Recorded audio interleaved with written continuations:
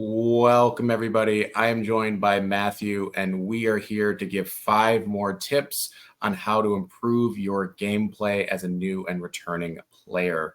So we did the first video description is going to have a link to that if you want to check those 5 tips out. These are 5 more tips. I know a lot of people that come to the channel are kind of getting back into the game or want to get into the game. So these are just 5 things to kind of keep in mind. And I was looking over the list before, and I'm like, oh, these are things that I should do better myself. These are all things that I could do better. So our first video was more like mechanical things, right? Sure. Keep force up, keep, not too many cards in hand. These will be a little bit more high level and philosophical, but I think that they will really start to shape your gameplay and push you in the right direction. So our first one here is superior activation wins the game, right? And you think I'm generating 5 force, my opponent's generating 10 force. What's the big deal? Well, it's the cards they can play per turn, obviously, but it also snowballs itself, right? Because the resources get you other resources, which gives you other resources. And if you're only getting half the resources per turn cycle as your opponent, you're going to have a hard time. And, resource advantage is a big thing in all kinds of games here, but it's especially snowballs in Star Wars. So sites like this are pretty popular. 2 force for you, 0 for your opponent. They used to be called Twix sites because I think Twix ran a campaign that was like 2 for me, none for you. Did you ever hear that, Matt? Yeah. I forgot the origin. I just have been calling them Twix sites. Yeah, kind of lost history there. These are especially good in early formats where you don't have a reliable source of pulling your activation out of your deck. But even like Throne Remains, which is a deck right up through the end of Retro, plays a lot of these. So consider adding maybe some of these. And especially brutal in early formats is something like Revolution, right? Given that both players don't have a great way of pulling their activation yet, and they have to play these 2/0 sites. Revolution basically makes your opponent's text your text and vice versa. So you have the ability to like steal their 2/0 site. And that's like a 4 force change every turn, right? You're gaining 2 and your opponent is losing 2. You can really lock him out of the game. And there's the ability to like virtually lose on turn 1, which is if your opponent, plays Throne Remains and gets this down really fast and they revolution your like, 2/0 site and you're generating 1 force a turn. Your 1 force isn't going to get you any more activation to get more force and so on. But you need to have a plan for this early on. Later in the formats, activation gets a lot easier to pull. So this, assuming, I had to look this up. I knew this wasn't a rare, but apparently it's only a common from Death Star 2. This might quietly be like the best dark side card in the game. Yeah. So importantly, you can start with it. And Death Star 2 era, now you're up to 3 starting effects. It says deploy on table. Your force generation is +1 at each docking bay you occupy, or +2 if you control it. And once per game, you can grab either like a planet or executor. So, your planet will either be like a 1/0 or a 2/1 site. So that's activation. And, you control a docking bay or 2. That's another 2 or 4 force. Maybe the Emperor's there. That's an extra force. So this represents something like, 4 to 6 force a turn that you can start with. And the light side equivalent is much worse. It doesn't allow you to pull a planet or their home 1. So, this is where activation starts to kick into high gear, and you should have a plan to pull it out of your deck. Something like Hidden Base could be a good option, right? This is an activation platform. And when you're getting back into the game, not all the decks try to flip their objective. Sometimes they just use it for the setup. So this is intended to play a bunch of planets, and then you try to play this little mini game of your opponent trying to find a hidden base. But sometimes in a deck called Hidden Mains, you just use this for activation, right? So, but my tip number 1 is have a plan for activation and make sure that you're ideally out generating your opponent. Yeah, activation's a really big one that I think it's easy to overlook. I remember one of my first games back in the retro format, my opponent just revolutioned all my sites. And at the time, it didn't really, I was like, oh, first one, that's fine. Because it's also a card he's using. It costs 3 force. Right. You're like, okay, like that's also resources he's allocating. And then by like 3 turns later, it's like, I can't do anything. I also think dark side's more dependent on force. They just need it a little bit more than light side does. I think also with mobilization points, I want to note my favorite combo is, getting the executor docking bay out, then getting Piet there through something. Oh, like that's coming later. I see him there. Okay, I'm skipping ahead, but you can just get the 3 force. Right. So okay, I'll keep my mouth shut. No, that's all right. You're anticipating that a lot of these strategies can be interwoven together. Yeah. But activation is definitely key, especially for dark side, and you just kind of get smothered because I think dark side just costs a little bit more than light side stuff. So my second tip is understand what your plan is and what your opponent's game plan is, right? So you need to be enacting your game plan and your opponent's trying to do their game plan. And sometimes just the way the game is built, you minimally interact because you're just each trying to do your thing. But you need to know when you're allowed to deviate from your game plan and when you need to stick with it, because you want to interrupt your opponent's game plan just enough that it doesn't throw off your game plan. So I have just a couple quick examples. So throne room mains. This is, you're going to be coming down and punching your opponent, right? So you're getting a lot of force. You wait for them to do something. You go interact with them. So this is a highly interactive deck. Here's another one. So Prophet is, you free Han, right? But how does it actually play?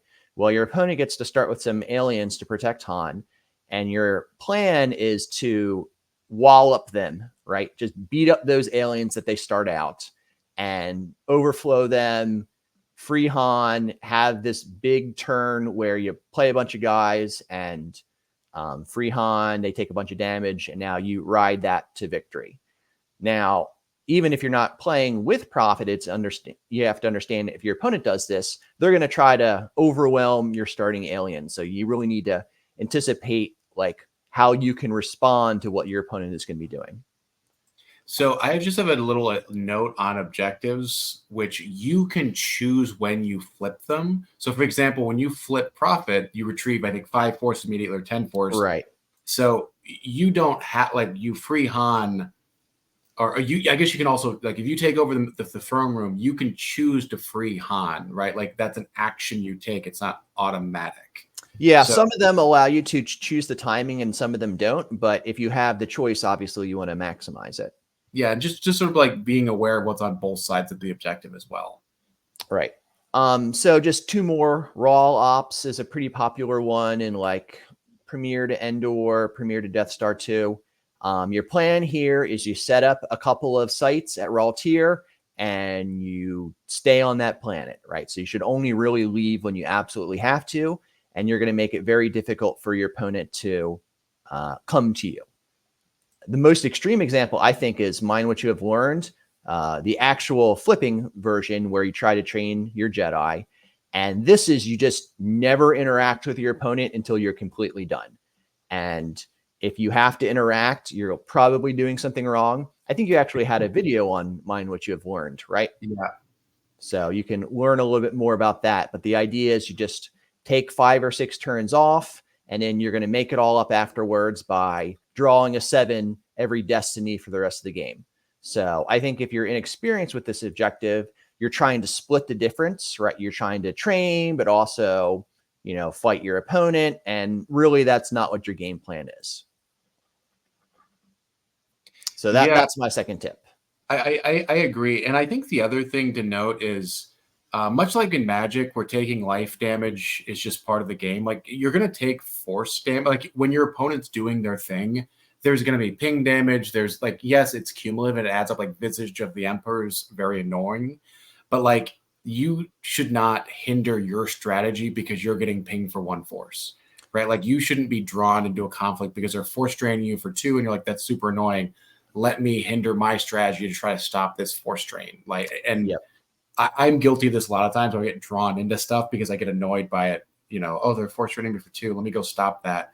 And then all of a sudden it's thwarted my plans because my resources are now being allocated towards stopping the force drain or something. Yep. Good insight there. So my third tip is don't commit to both space and ground, right? Probably you need to pick one and put a minimal effort into the other. So for example, if you're playing this hidden base and you're trying to do the space version, you really need just the minimum number of characters. So consider something like Obi-Wan with lightsaber, who's kind of a good self-contained package. You can even stick him out a jungle. That way he'll be immune to attrition, which kind of makes up for the downside of the EPP characters.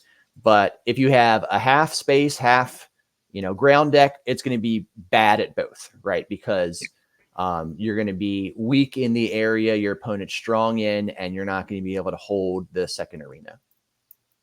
I think that's a key part, because you have to sort of figure that your opponent is either going space or ground. Like, they might have some. I think the more common strategy is frankly to go ground, because space is so much more. It's just kind of sloppy, right? And you're investing 2 cards often, right? Like ship and a pilot, whereas I can just have Obi-Wan and that's 1 card. Right. And it can be really hard to find the pilot, and you can do squadron assignments, but then it's just, I think space takes up a lot more room in your deck and also tends to be very expensive. Like, I love getting the Executor out, but ultimately I spent an entire turn's resources, maybe 2 turns planning that action. And then I just have 1 ship that can essentially be in one place at once, rather than a bunch of characters that can be all over the place. Yep. So my 4th tip is pretty abstract. It's figure out how you can lose from your current situation and then not do that thing, right? Which sounds pretty silly, but I've had games where I'm kind of in good shape, and then all you need to do is just not lose for a couple of turns, right? And what I mean by not lose is like not pick a bad battle or not overextend. Don't commit additional resources if you don't have to. I think that that's a big one, right? Because if you're at the end of the game and you just slap down another character, why, right? I mean, it's not going to do anything unless your opponent goes there. And that's like a valuable card you could lose from your hand to force drain. So I've seen people throw the game just because they were in a superior position and they just committed extra cards, and then just they lost the force drain race. So, this requires a little bit of a practice, but once you're in a good spot, just stop losing. Yeah. I think it's also being able to recognize that you're in a good spot, like recognize you're winning, and that you don't need to like stop their annoying force drain or stop their like little mini game they're running. Like, you can just let them do that and you're going to win the force drain race or whatever. And I'm so guilty of this. Like, I really like running ISB ops, and like I'll have complete space dominance. Like, well, let me go to the ground now, and then I get absolutely. Or play an extra ship, because what if they come after you, right? Right. It's like, oh, I need to have 27 power instead of 17, and now I just committed an entire turn's worth of resources on something that I probably should have done better. And life force, right? A card in your hand is a life force that you could lose to something else. Yeah. This goes back to activation. I think one of the things why it's so important as well to keep in mind is you also want to get those zeros out of your deck as much as you can. Like, yes, the activation's great, but having those as big zeros floating around your deck is also key, in finding ways of getting them out, which I think is a good transition to our next topic here, maybe. Yeah. So the last one is practice your deck sequencing. And I know very little about the open format, but my understanding is this is also very important there. So you need to just maybe practice a couple of starting turns of your deck, even if you don't have an opponent. Just think of what you're going to do, because sometimes one card will pull another card, and that card will pull a third card. And what if the middle card isn't there? How are you going to improvise? So let me show you a pretty common, it's a common sequence in around Death Star 2 era if you're playing space. So you want to get the Executor out, and you can do it turn 2 if you sequence properly and don't get unlucky. So you're running something like, mobilization points. You're also running Imperial Arrest Order, which can pull docking bays.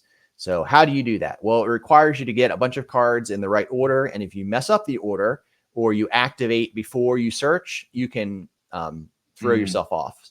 So ideally, start with Imperial Command in your hand. So use this before you activate, right, to grab Piet. And if you activate first, he might be in your activation, right? So do this before you activate.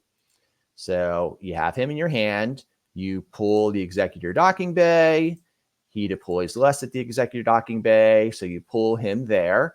And then when you've checked for Imperial Command and the Imperial Arrest Order, you look to see, hey, is Meragic in your deck?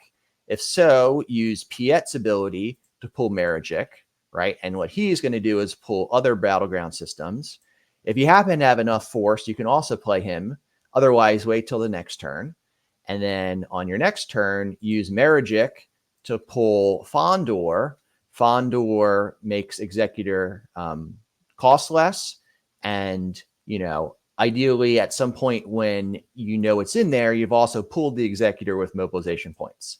And that allows you to, get the Executor out like turn 2, turn 3 tops, move your characters over there so they're protected. And now you've got a really heavy space force ready to go. But, that was like a 10 turn or 10 step sequence. And if you activate before you pull unnecessarily, maybe your combo piece is in there. And this is just something that really requires you to do a little bit of sequencing. Yeah, no, that's the exact order that I always screw up.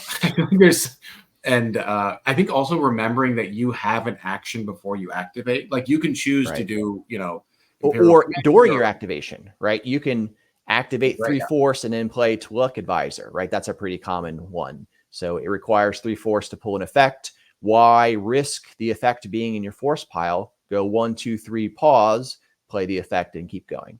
Yeah. No, those are good. I mean, it's getting a little more into an advanced realm, but just that you have much like a stack in Magic is like you have all these opportunities to do these interactions, and to not forget that, because I think you're shortchanging yourself if you kind of neglect to do that. Yep. And I think that Star Wars is a game that requires you to practice your deck a little bit. It rewards repetitions, right? You just get better and you find different kinds of uses of your cards.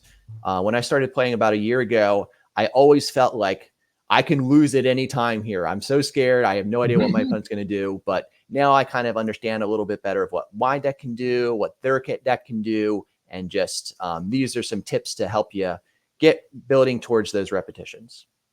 Yeah, I think these are really great tips. I thanks for making this list. And I think you're a popular figure on this channel, Matthew. So we'll have to have you back again to do some more tips. But I think that's sort of all the time we have for today. So thanks for tuning in, everybody. Thanks for having me. We'll catch you guys next time.